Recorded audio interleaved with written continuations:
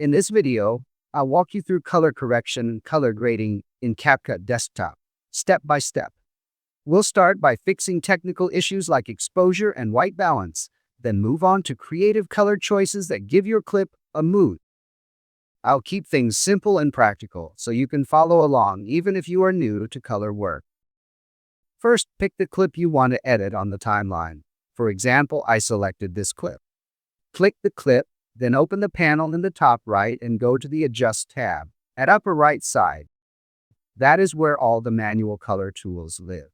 If you want to work non-destructively, create an adjustment layer. Go to the Adjustment tab in the top left. Choose a custom adjustment, drag it onto a track above your video, and stretch it to match the clip. Apply your color changes to that layer so you can tweak or remove them later without altering the original clip. Turn on the oscilloscope by selecting the 3 horizontal lines in the preview window. The scopes remove guesswork and help you make accurate choices. The left and center graphs are waveform monitors, showing brightness and the RGB balance across the image, so you can avoid crushed blacks or blown-out white. The right circle is the vector scope, which shows hue and saturation and helps keep colors consistent between shots, especially skin tones. Start with color correction to make the footage look natural and balanced before stylizing. If you have CapCut Pro, there are AI auto-adjust options that are fast, but they give less control. For learning, use the manual tool. Use temperature to make the image warmer or cooler, and tint to correct green or magenta casts. Aim for natural-looking whites and skin tones. If colors feel too strong, use saturation to lower the overall color intensity. Next, fix the light. Use exposure for overall brightness and contrast to set how much difference there is between darks and lights. Increasing contrast adds pop, while lowering it gives a flatter base that can be nicer for some grading styles. Adjust highlights to control the brightest parts and shadows to open up dark areas. Lifting shadows can reveal detail, but be careful because it can show more noise.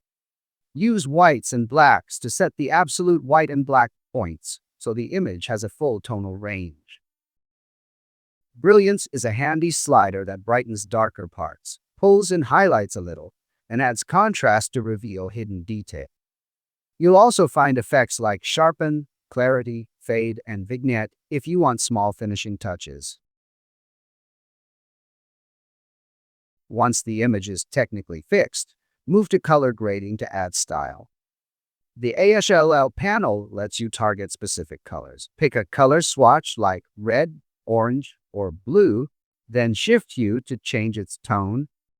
Change saturation to boost, or reduce that color alone, and adjust brightness to make that color lighter or darker without touching others. Curves give you precise control. The Luma curve adjusts overall brightness and is great for adding contrast with an S-curve, lifting highlights a bit and pulling down shadows a bit. You can also crush blacks by dragging the bottom left down, or fade shadows by lifting that point. Use the RGB curves to change color balance and tonal ranges. For a teal and orange look, pull the blue curve up in the shadows to add teal to darker areas, and pull the blue curve down in the highlights to remove blue and introduce warm yellow or orange in the bright areas.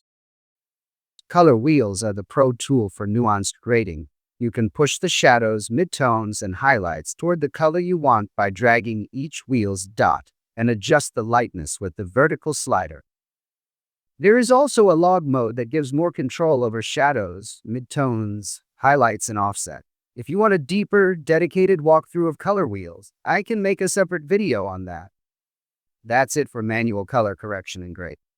For a quicker approach, use filters or LUTs. Filters are in the left panel, and you can apply them directly or on a separate layer. Then tweak the intensity. LUTs live in the Adjustment tab and apply a professional look instantly. then refine with manual tools. If your clip has people, use the protect skin tone option so faces stay natural. You can find many free and paid LUTs online if you want more looks, like this site, freshluts.com.